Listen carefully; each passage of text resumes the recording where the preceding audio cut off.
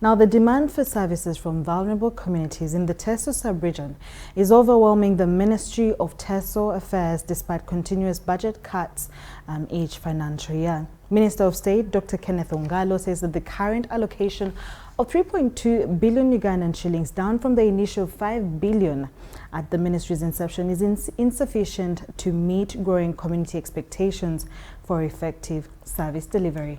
Take a look as Okol reports. Established 15 years ago to rebuild the post-war region, Teso Affairs Ministry struggles to meet overwhelming community needs amid persistent budget cuts restricting service delivery capacity. At one point, we were up to 5 billion. Now, this financial year, I think it was at 3.2 billion. And yet, the expectations from the people of Teso, and sincerely, what we have been able to do with that budget tells a different story. Affirmative Ministry overseers warned that ongoing budget cuts threaten government's ability to fulfill the objectives behind their establishment. If you have a very short person standing next to a tall person, and you, a photographer, you're going to take a photo, you should ask yourself why you raised this person. Now, if you bring stools for both of us, have you achieved that objective?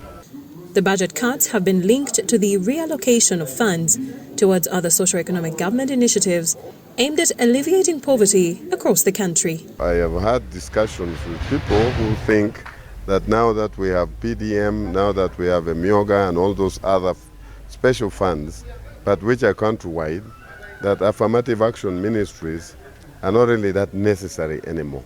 And often it is the reason why we are having difficulty getting the budget that we request for. With limited funds in recent years, the ministry uplifted vulnerable communities through healthcare, education, infrastructure, and micro-projects.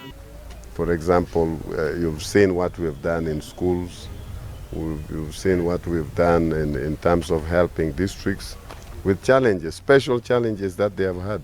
You realize that these micro-projects have been helping the vulnerables.